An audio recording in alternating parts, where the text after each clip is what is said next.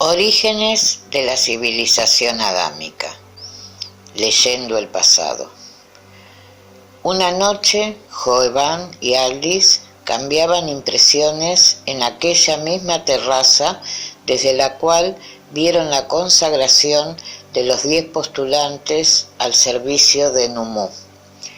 Llegaban ya a su término los 10 días que debían transcurrir hasta ser de nuevo llamados a la mansión de la sombra. Entre Saín, que les enseñaba durante el día, y Boindra algunas noches, ambos jóvenes habían aumentado el caudal de sus conocimientos suprafísicos de un modo notable. En 20 años de vida, entre la masa vulgar de los hombres, no habían aprendido lo que en aquel recinto, entre los obreros del pensamiento, buscadores del tesoro incorruptible de la sabiduría y del amor. Habían visitado el archivo de las edades con sus miles y miles de rollos de papiro, escritos en todas las lenguas y en todas las formas de expresión humana, donde los Kodva, de mayores desarrollos y percepciones mentales y espirituales, escribieron las leyendas que en lo infinito del espacio y del tiempo habían ido ocurriendo, desde que el planeta fue habitado por seres humanos. La tradición que estuvo en boga en la época neolítica del huevo caído sobre el mar desde una estrella luminosa y roto al chocar con las aguas, y de que entre el cascarón flotando sobre las olas aparecieron el primer hombre y la primera mujer, para servir de simientes de una nueva humanidad.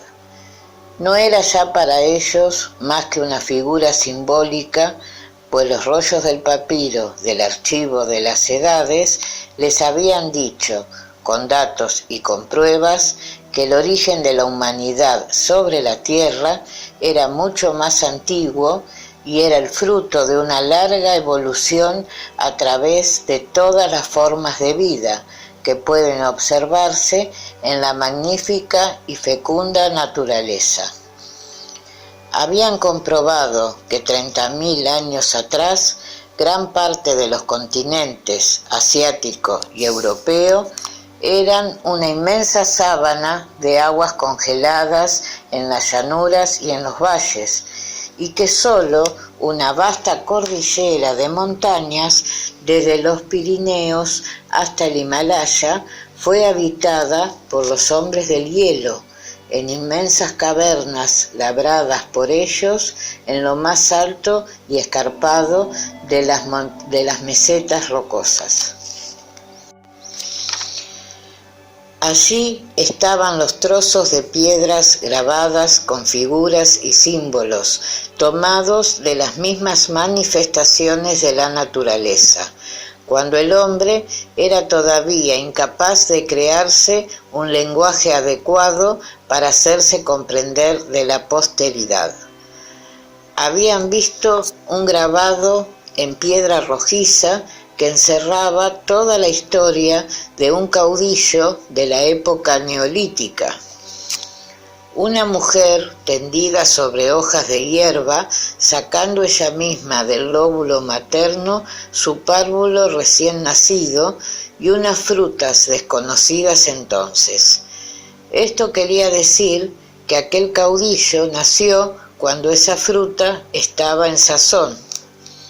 La historia continuaba. Un hombre gigante arrastrando con cordeles a una abigarrada multitud de hombrecitos como hormigas. Esto significaba que aquel hombre había dominado muchos pueblos, y después el gigante, siempre erguido, pero con su cabeza cortada, sostenida por su propia diestra sobre la multitud tendida en tierra, en señal de duelo. Esto indicaba la muerte del caudillo, adorado como un dios por sus pueblos fanatizados. Los siglos mudos que pasaron hablaban pues en la lengua de piedra de sus grabados arcaicos adquiridos por los hijos de Numú en sus correrías de investigación o comprados a los piratas que tenían sus agentes a lo largo de aquella vasta cordillera, de cuyas inmensas cavernas podría desenterrarse toda la historia de la humanidad. Y con las manifestaciones plásmicas y los relatos dictados por las almas errantes, los Kodvat durante siglos habían reconstruido paso a paso toda la historia de la humanidad desde mucho antes del período paleolítico, cuando las grandes inteligencias tutelares de la Tierra realizaban ensayos de evolución ascendente para formar el tipo de esta humanidad, lo cual dio lugar a la aparición del hombre pez, las sirenas, del hombre león, los centauros, del hombre ave, los buhones, y los siglos entregaban, forzados y agilones, sus tremendos secretos guardados en el corazón de las montañas, pensando sin duda que los glaciares eran eternos y que jamás los entregarían al hombre del futuro. Pero los Kodvas eran los exploradores del pasado y del porvenir, y de aquel rincón apartado y silencioso se bifurcaba nuevamente el camino de la humanidad que había pasado y de la humanidad que llegaba con nuevas orientaciones y con nuevos ideales. Y Joebán y Aldis supieron que en las montañas pirenaicas y alpinas hubo antiquísimas civilizaciones de hombres gigantes, artífices del cobre y de la piedra, en los cuales dejaron los rastros indestructibles de su paso por la tierra. Y supieron también que cada civilización, cada colectividad, cada raza, cada dinastía, cada individuo viene a la vida terrestre con un programa a cumplir, y que de su buen o mal cumplimiento dependerá luego la evolución, el progreso, el triunfo, la grandeza colectiva e individual. Supieron además que la falta de ese cumplimiento acarrea la ruina, la degeneración, el exterminio, el aniquilamiento, la desaparición de civilizaciones, dinastías, razas y doctrinas sustentadas por ellas.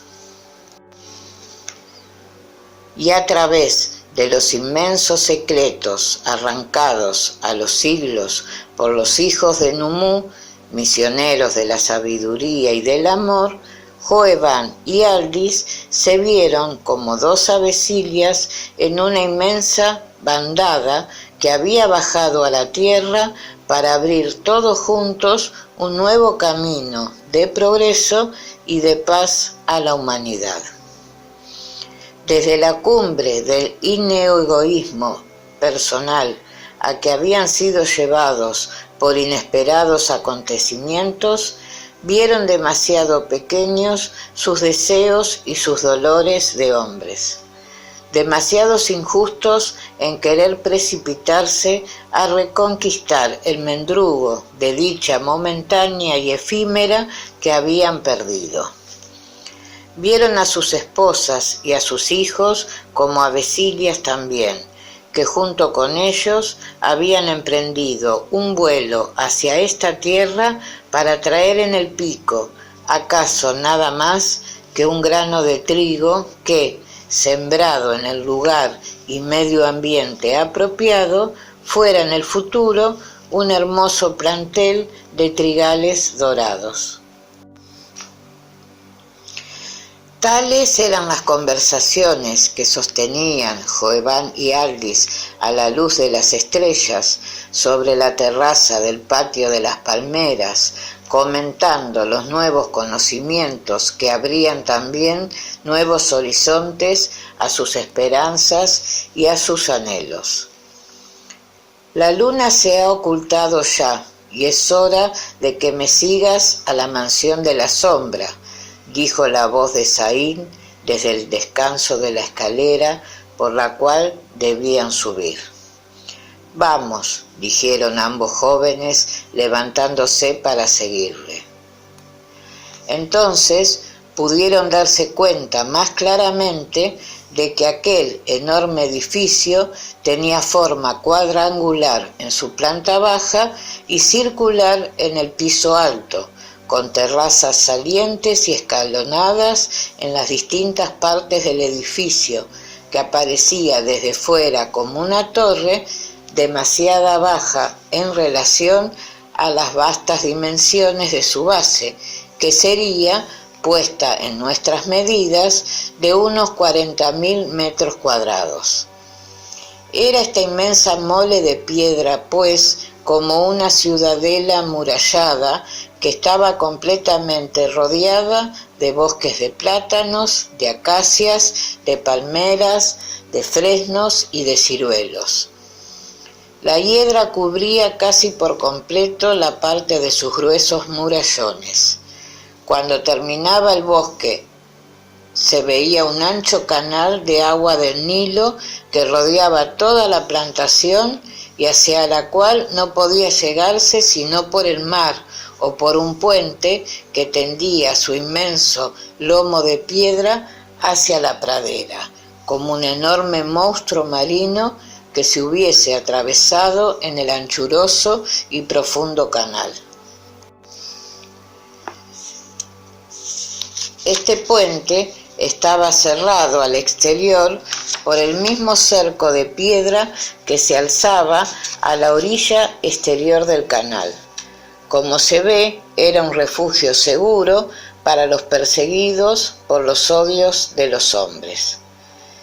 En la planta baja se hallaban las habitaciones destinadas a huéspedes relacionados con los trabajos mismos que los Kodvas realizaban, a los animales que tenían para el servicio de la casa y a depósito de provisiones para la manutención. En el primer piso estaban las habitaciones o bóvedas de los postulantes y Kodvas, por orden de antigüedad, y el jardín del reposo. En el segundo, el gran archivo de las edades, la sala de los consejos o de deliberaciones, y al centro, la mansión de la sombra, de forma circular y rodeada de columnatas para facilitar el acceso desde cualquier dependencia, y sobresaliendo más alto aún el pequeño gabinete de observación de los astros. Cuando nuestros jóvenes llegaron al recinto sagrado, aún estaba iluminado a medias con sus inmensos velones de cera aromatizada, que al quemarse despedía un suavísimo perfume adormecedor de todas las inquietudes de la mente. Los muros de la inmensa rotonda no se veían, pues estaban tapizados de arriba abajo, con una tela violácea que caía por encima de los bancos que en forma de inmensos círculos escalonados rodeaban al recinto en todas direcciones, menos en un espacio que estaba ocupado por una enorme pilastra de piedra blanca, llena de agua hasta los bordes, y detrás de la cual se levantaba hasta la techumbre una hermosa pintura mural que representaba a Numú, el hombre dios de los antiguos Kodvas, un hombre en edad viril, hermosísimo, vestido de color gris azulado, y que aparecía sobre una pradera con un corderillo entre los brazos. La pilastra estaba sostenida por 3 Kodvas de piedra, sentados a la oriental, sobre el pavimento.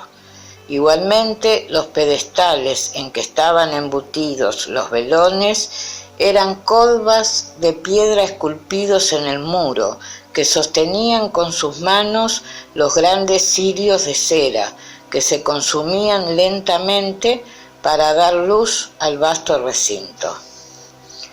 Aquellas estatuas eran la imagen de los primeros Kodvas, fundadores de aquella institución que ostentaban coronas de lotos, símbolo de la vida superior de elevada espiritualidad que habían realizado.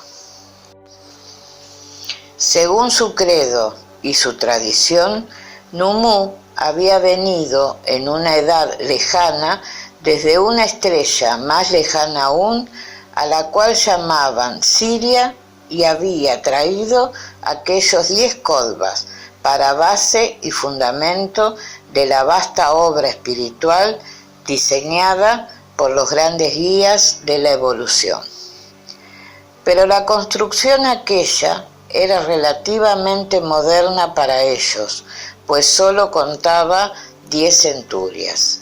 Antes habían vivido en las cavernas de las grandes montañas.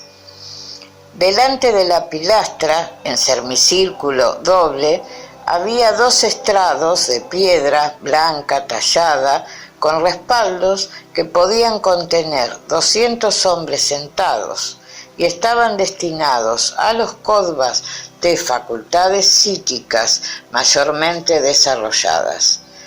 Allí pasaban también las horas de turno en la concentración acumuladora de energías y fuerzas astrales, los 40 Kodvas que, sin interrupción, estaban en el sagrado recinto. En el centro estaba el estrado de piedra de Para-Ome. Tal era la mansión de la sombra, llamada así porque siempre estaba sumida en penumbra, pues los grandes cortinados que la cubrían interceptaban la luz que durante el día entraba por la única puerta y por las ojivas abiertas en lo alto de la techumbre abovedada. Zayn les había llevado antes de la hora en que comenzaría el trabajo espiritual para que tuvieran oportunidad de conocer el recinto sagrado de la casa de Nummu, donde si fuertes eran las murallas que lo cerraban a la vista de los profanos, más lo eran todavía las densas bóvedas astrales sobrepuestas y compactas como filigranas de piedras preciosas que impedían la entrada hasta del más leve pensamiento en desacuerdo con la pureza divina del Altísimo. Encima de la puerta de entrada, un grabado en 7 lenguas decía: si estás agitado por resabios de odio o de bajos deseos, no penetres en este recinto, porque traes la muerte.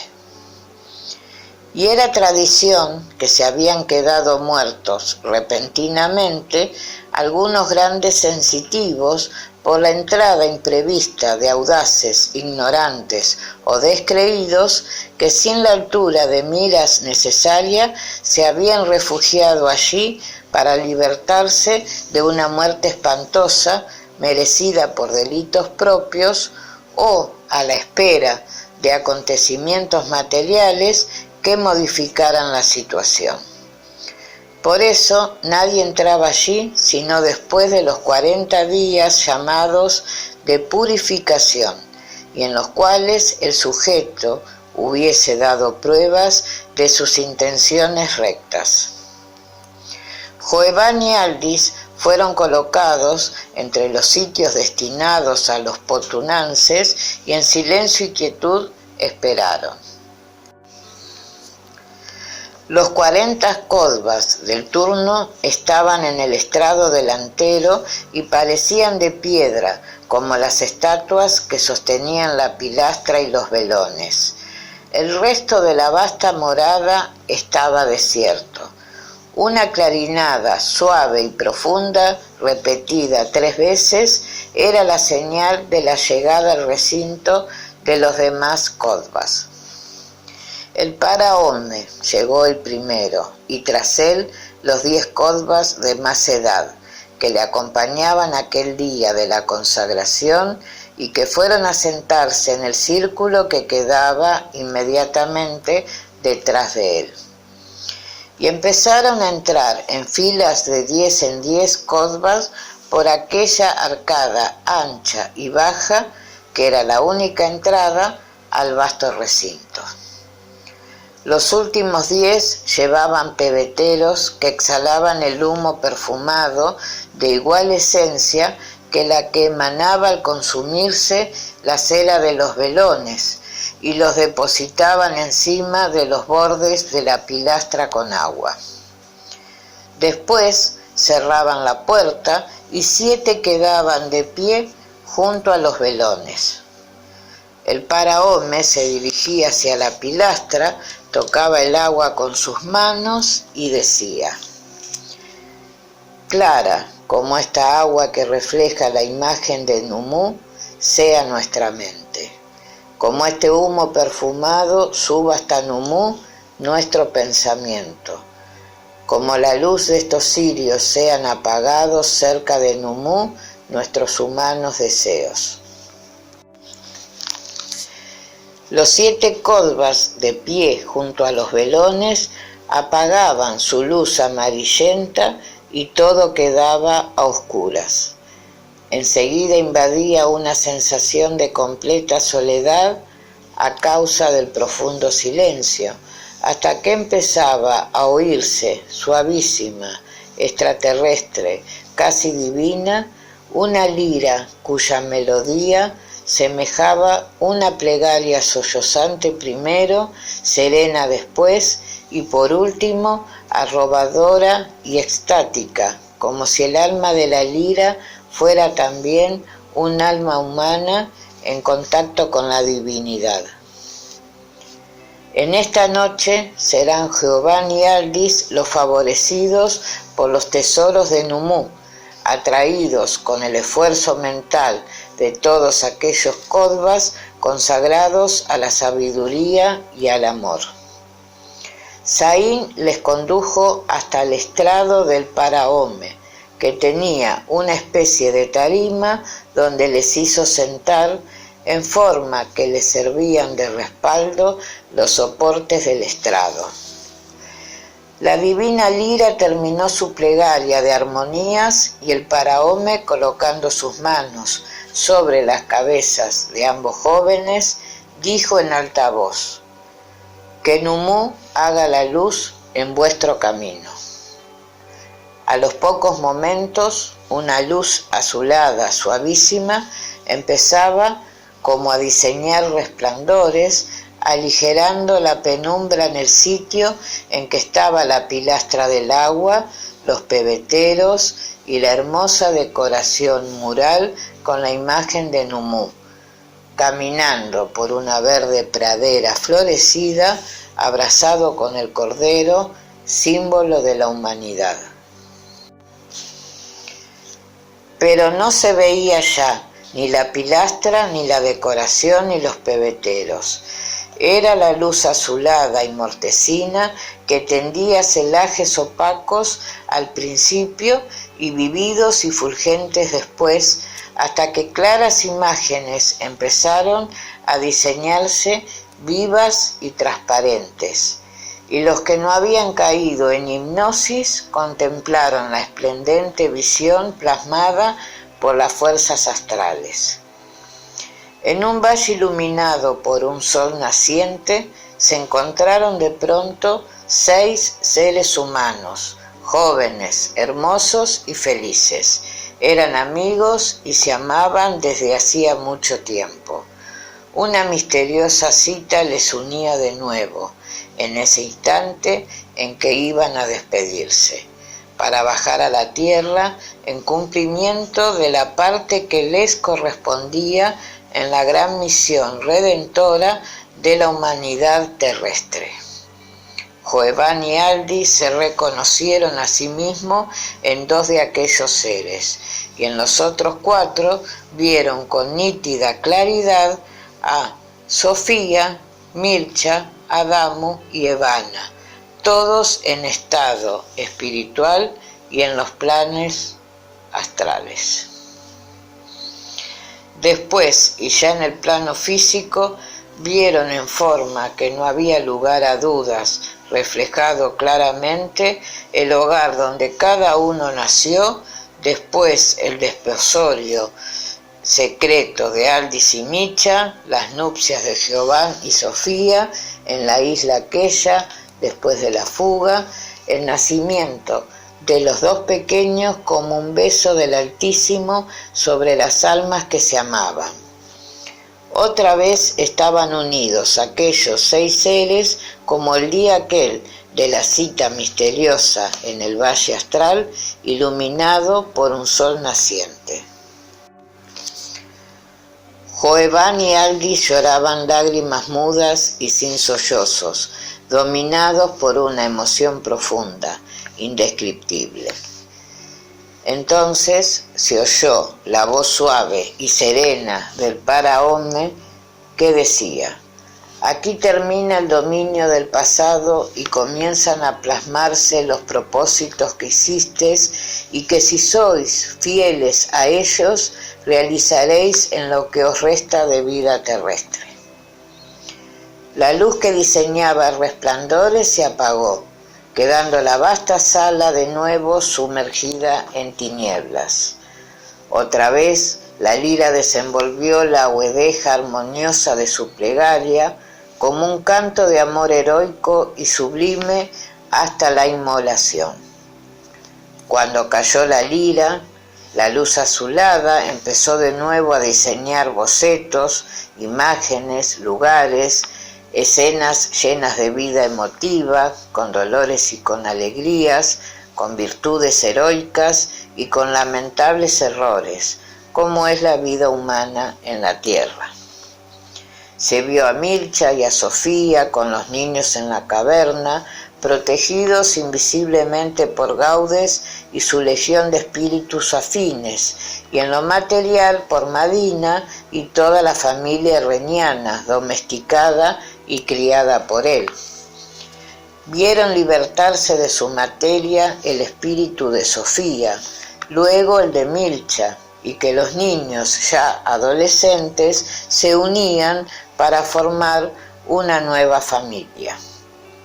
Más tarde, el advenimiento de Caíno y de Abel junto a ellos, la carrera de apóstol del uno y el camino de ambición y de egoísmo del otro.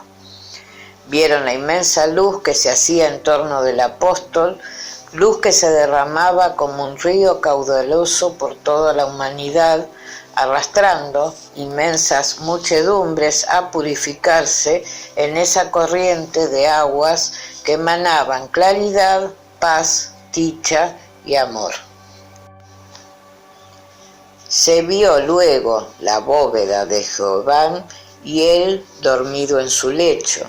Se vio la rotonda de Boindra y él dormido sobre un banco con su lira sobre las rodillas.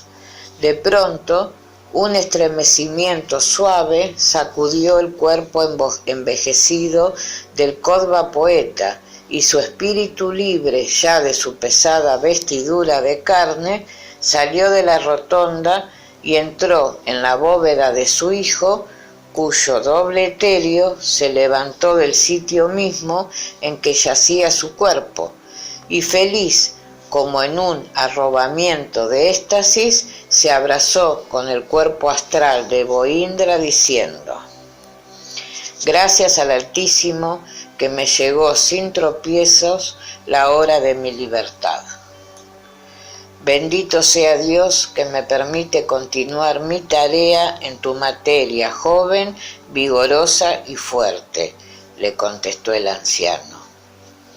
Aliados eternamente para las causas del bien y de la justicia, el uno desde el mundo espiritual, el otro en el plano físico, continuarían sin interrupción aquella jornada a la que aún faltaba mucho camino por hacer. Y la luz astral continuaba diseñando con sus pinceles de maga, y se vio que, después de una tierna despedida, el espíritu de Boindra caía en suave turbación o letargo y con el auxilio del doble etéreo de Jehová y de otros seres animados de corrientes simpáticas, realizaron el delicado trabajo de la posesión permanente del cuerpo abandonado del joven por el espíritu de Boindra.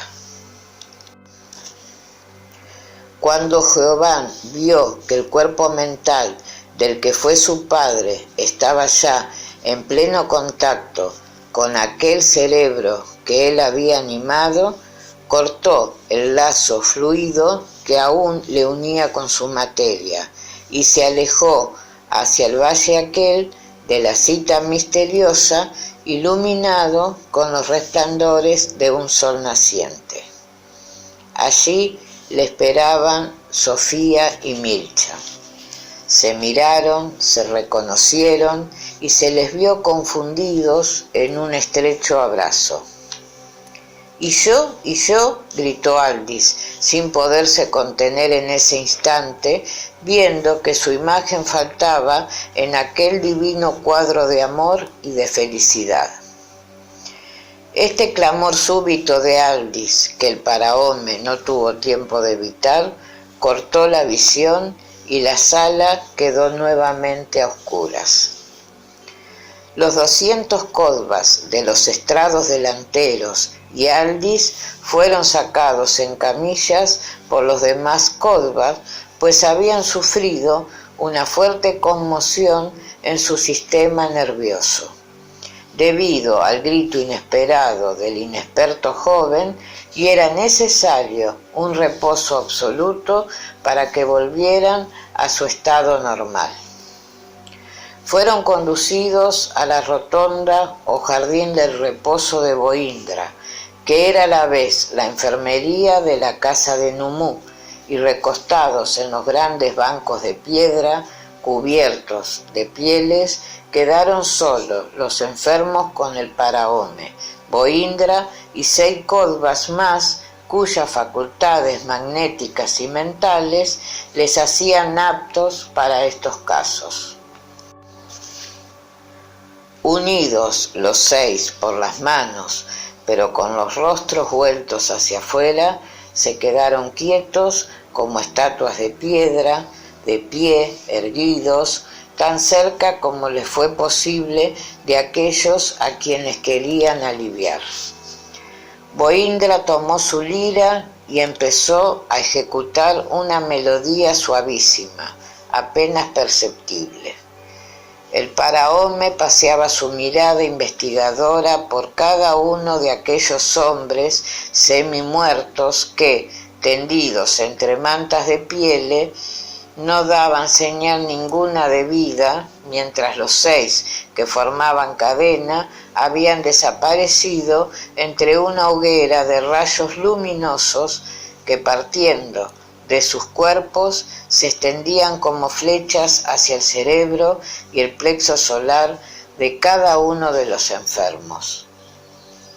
Como el menos afectado era Aldis, fue el primero en dar señales de vida.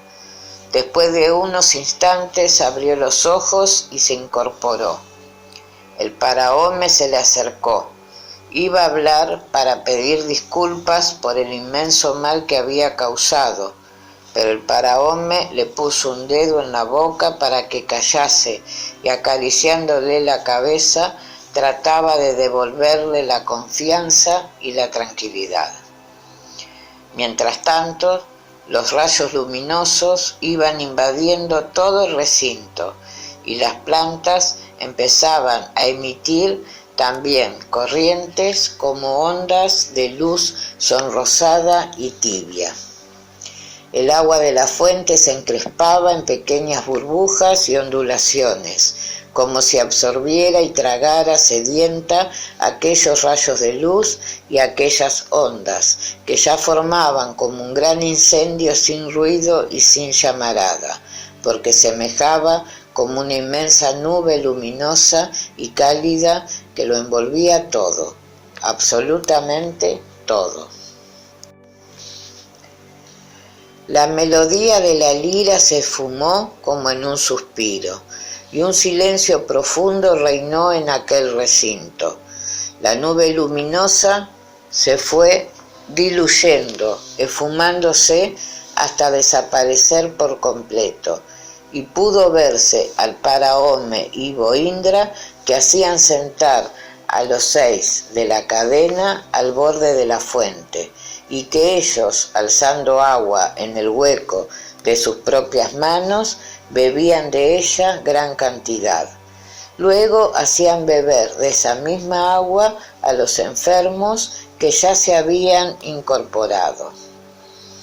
Poco a poco todos fueron reanimándose, y solo 2 de ellos no volvieron más a la vida física. «Los he asesinado yo», decía Aldis desesperado cuando se comprobó que estaban muertos. «No os desesperéis, hijo mío», le dijo el Paraome, porque ellos 2 tenían ya su misión terrestre terminada. Habían llegado al máximo de desarrollo de sus facultades psíquicas. Dentro de esta atmósfera terrestre no se podía ir ya más adelante. Y Numú les había anunciado que debían desencarnar dentro de poco para preparar los caminos del Verbo eterno que llega. De tal modo, esos 2 espíritus habían dominado la materia, que el cuerpo físico no era ya para ellos más que una sombra. Se van después de haber terminado una vasta labor. El uno tenía 62 años y el otro 68. Han llegado aquí casi adolescentes, o sea, ambos con menos de 16 años.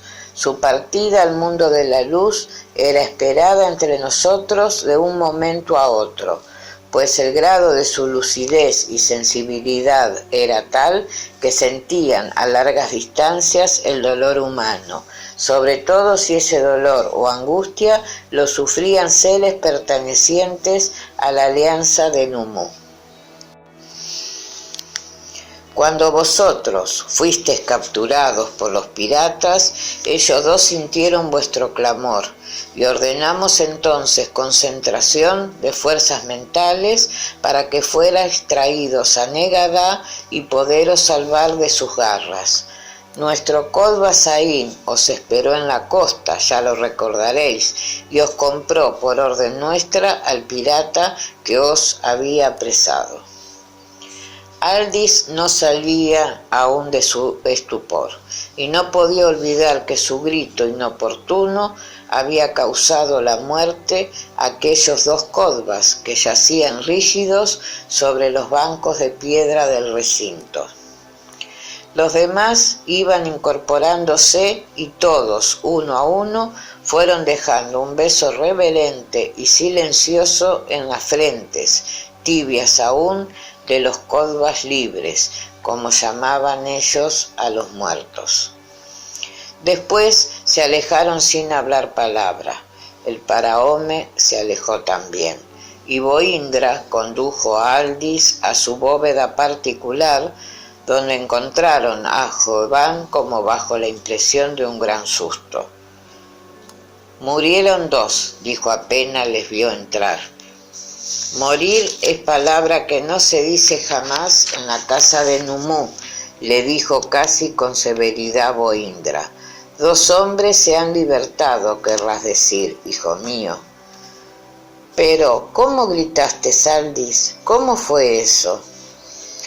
«Yo mismo no lo sé, Jehová, no sé, me impresioné tanto. ¿Y tú, cómo sabías que esos 2 Kodvas se habían libertado?», dijo recordando lo dicho por Boindra. «Pues muy sencillamente, les he visto entrar por mi habitación con la puerta cerrada y me han dicho: acabamos de libertarnos gracias al grito de tu compañero. Esperamos que te libertes tú para encarnar los 3 al mismo tiempo en humildes familias del país de Irania, entre el Tigris y el Pisón, y se han marchado».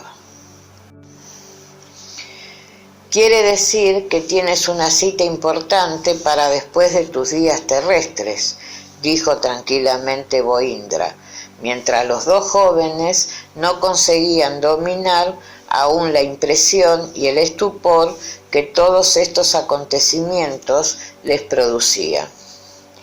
La estoica serenidad con que en aquella casa se miraba la muerte les parecía algo muy fuera de lo normal. Comprendiendo esto, Boindra les dijo mirando intensamente aquellos hermosos rostros juveniles, donde con cada nitidez se grababan todos sus pensamientos. «Estáis asombrados de vernos terminar la vida con tanta tranquilidad, ¿no es así?» «Verdaderamente», contestó Aldis. «No tendría lugar ese asombro si pensarais a fondo en lo que es la vida terrestre, lo que ella significa para el ser y lo que es y significa la desencarnación o estado libre del espíritu. Amamos la vida en cuanto ella nos sirve para el cultivo y desarrollo de nuestro verdadero ser, en forma que al dejar la materia estemos mucho más adelantados que lo estábamos al encarnar. En la casa de Numú no tenemos otra finalidad que el cultivo de las grandes facultades sensitivas, mentales y espirituales del ser, para emplearlas en bien de las grandes causas, de cuyo triunfo dependerá un grado más de progreso para esta humanidad de que formamos parte. ¿Sabéis vosotros la fuerza que significa dentro de la humanidad los 10 santuarios Kodvas que existen actualmente en ellas? ¿Y todos son tan grandes como este?, preguntó Jehová a su padre. De los que existen hoy, este es el más antiguo y el más numeroso. Los Kodvas fundadores fueron también los creadores de la lengua que allí se habla, y que está extendida por todo el valle del Nilo y por la costa sudeste del Mar Grande, aunque a veces desfigurada por voces introducidas de las lenguas aglutinantes que se van formando con las continuas mezclas de razas y de tribus. Desde Negadá hasta el Cáucaso y desde el Mar Grande hasta el lejano Birmán están esparcidas las moradas de los Kodvas, porque Numú envió a aquellos 10 primeros para prepararles los campos en los que él sembrará a su venida. Pertenecieron a un núcleo emigrado de Atlántida, azotada por las aguas, y se refugiaron en las cavernas de las montañas del noreste africano, donde los gigantescos picos del Revensora les dieron refugio por 3 siglos. Aquellos 10 inspirados de Numú lucharon hasta levantar este edificio a donde podrían acudir gentes de todas las razas y de todas las condiciones sociales. Pero esos 10 primeros Kodvas ¿vivieron así tantos siglos?, preguntó Jehová, asombrado de tal longevidad. Desde luego que con la misma materia no, pero la ley eterna permite a los seres cuyas misiones no pueden ser terminadas en el corto periodo que resiste un cuerpo físico, tomar otra materia joven y vigorosa sin pasar por la turbación de la desencarnación y nuevo nacimiento. Y esto se realizó en ellos que han sobrevivido hasta que esta institución tuvo vida sólida y estable. ¿Y esos Kodvas no han vuelto a la tierra después?, preguntó Jehová. Tan solo a intervalos están en la atmósfera de este planeta, porque son originarios de otras esferas de mayor progreso, y a ellas retornan cuando terminan la obra encomendada. Casi todos habían venido de la hermosa Siria, y algunos de Venus y de Vega, y de tiempo en tiempo recibimos mensajes suyos que nos alientan y nos obligan a conservar y a acrecentar su obra tan pura y elevada como ellos la fundaron. Con tanta grandeza como atesoráis en este recinto, ¿llegará un día en que dominaréis el mundo?, observó Aldis.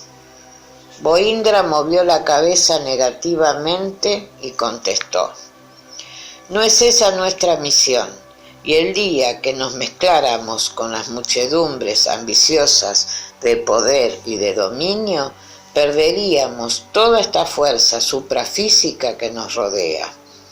Los poderes espirituales elevados están reñidos con la grandeza material que halaga los sentidos y alimenta las bajas pasiones del ser.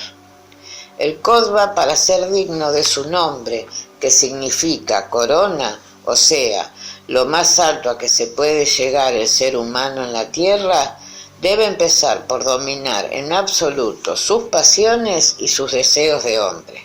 Lo que realice ha de ser porque la razón y la justicia así lo reclaman, en ningún caso por solo el placer de la satisfacción de un deseo. Aquí conceptuamos la vida espiritual como la verdadera vida del ser, y es a la que dedicamos los mayores esfuerzos. La vida física, en sus aspectos de social y colectiva, nos interesa mientras sirve a las grandes causas de la evolución humana. Suponed el caso de un Kodva de real estirpe. Sus padres eran reyes, pero él era un hijo tercero. Había 2 herederos antes que él, pero estos 2 herederos murieron en una epidemia que asoló el país. Este Kodva llevaba aquí 14 años. Su pueblo lo reclamaba con desesperación, porque no acudiendo él a ocupar su trono, lo ocuparía un hermano de la viuda del heredero, y tal sujeto pertenecía a una dinastía mucho más atrasada en su religión y en sus leyes, pues mantenían en su culto los sacrificios humanos, lo más delictuoso que hay en la transgresión de la ley divina. El alto consejo de la casa de Numú no solo le aconsejó, sino que le ordenó acudir al llamado de su pueblo y tomar así a una esposa pura para dar herederos a la dinastía de sus mayores. Cuando su hijo mayor fue capaz, según la ley, para ocupar el trono, nuestro Kodva regresó a nosotros y aún vive. El más anciano de los 10 que formamos el alto consejo del Paraome es este Kodva rey de que os hablo. Su pueblo realizó un gran avance en su evolución espiritual, y bajo el reinado suyo en el país de Zohar se fundó otra casa de Numú sobre la costa oriental del mar Eritreo Norte, que realiza los mismos fines que la nuestra. 10 Kodvas de esta casa fundaron aquella y aún le gobiernan y dirigen en la actualidad. Según esto, pienso que sería también justo y razonable que nosotros 2 saliéramos para proteger a nuestras esposas y a nuestros hijos, observó Jehová, que creyó encontrar una pajilla de qué tomarse. Razonando humanamente, sí, hijo mío, pero tu caso no es el caso del Kodva rey, y voy a explicaros. Vosotros encarnaron por 2 razones. Primera, habiendo estado cerca del Verbo de Dios en su anterior venida a la tierra, obraron erradamente a su mismo lado y más equivocadamente obraron después en nuevas encarnaciones, cooperando inconscientemente a que se desvirtuara su ley y se adulterase su doctrina. Los amores humanos y la ambición de grandezas torció muchas veces vuestro rumbo. Necesitan eliminar lo que habían creado con vuestros errores, Y ahí tienes la primera razón de esta existencia actual, vuestra purificación interior. Segunda razón de vuestra vida terrestre, acercándose de nuevo la venida del Verbo, habéis querido ser los primeros en el sacrificio para reconstruir aquello que destruiste con vuestra inconsciencia. Y habéis pactado y aceptado servir de simiente para la nueva humanidad, que debe levantarse pura como una desposada a recibir a su amado que llega. Vuestras dos esposas fueron vuestras aliadas en el pacto para dar vida a los dos seres que serán la raíz de esta nueva civilización. Esa misión está cumplida. Quiere decir que vuestro deber en cuanto a la humanidad está consumado. Y si buscas de unirnos nuevamente a vuestras esposas, sería solo para tener el placer egoísta del amor humano satisfecho. Además, vuestras esposas tienen más desarrollo espiritual que vosotros, y como sus materias no son aptas ya para futuras procreaciones y deben ambas desencarnar pronto, os verían de nuevo enredados en la grosera vida de los sentidos y continuarían en los mismos errores y desvíos que os hicieron fracasar en encarnaciones anteriores. Mientras que si mantenéis alejados de la vida grosera y carnal, os ponéis en condiciones de ser auxiliares eficaces del Verbo eterno en su próxima venida a la tierra. Pero todo esto no pasa de ser una suposición vuestra, según creo, dijo Jehová a su padre. Suposición muy razonable si se quiere, pero que no encierra una plena seguridad para nosotros, añadió Aldis ayudando a su amigo. Si todas las manifestaciones plásmicas que habéis presenciado no os dan una seguridad, será porque estáis en el número de los ciegos que no quieren ver.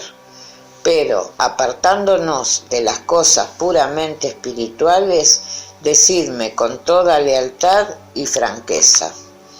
¿Tenéis la fuerza de voluntad suficiente para que, vueltos a la vida entre las muchedumbres inconscientes y corrompidas, siendo ya desencarnadas vuestras esposas, vivir en la continencia y la pureza sin contaminaros con el vicio y la degradación reinantes? ¿Sois capaces de ser un reflejo de la ley eterna entre la formidable marejada de la iniquidad que impera sobre la tierra? ¿Estáis seguros de no causar la desviación de esos dos hijos que habéis traído a la vida para ser la raíz pura de una civilización nueva? Boindra esperó la respuesta en silencio. Ambos jóvenes inclinaron su frente ante la luz serena y dulce que emanaba de los ojos del Kodva poeta, y Jehová, más sensitivo que su compañero, no pudo impedir que dos gruesas lágrimas rodaran de sus ojos entornados. Se sentía vencido por el razonamiento de su padre, y Aldis se sintió vencido como él. Por mi parte, confieso que volvería a ser el mismo que era antes de conocer a Milcha, declaró Aldis cuando le fue posible hablar. Y yo, dijo Jehová, perdiendo a Sofía, que me elevó hasta la pureza de un amor excelso, tornaría a buscar el placer de los sentidos, porque allí ahogaría el dolor de haberla perdido. ¿Queréis partir de este lugar? No, contestaron los dos a una voz. Mas permitidme una pregunta, dijo Jehová. ¿Vosotros sabéis dónde ellas se encuentran? A punto fijo no, únicamente sabemos que están poco más o menos en la región en que debe encarnar el Verbo de Dios que es en las tierras que riegan el Éufrates y el Hiddekel, y sabemos que están protegidas y vigiladas por las almas errantes unidas a la gran alianza de Numú para esta hora, y que no estarían más seguras con vuestra protección material, que lo están bajo la tutela invencible de nuestros hermanos que pasaron al reino de la luz.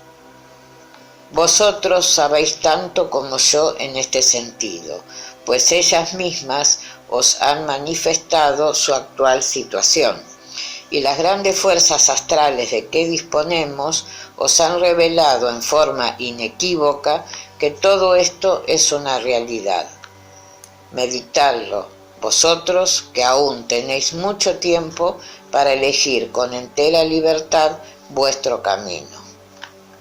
Boindra, con su habitual dulzura, acarició las cabezas inclinadas de ambos jóvenes y se alejó.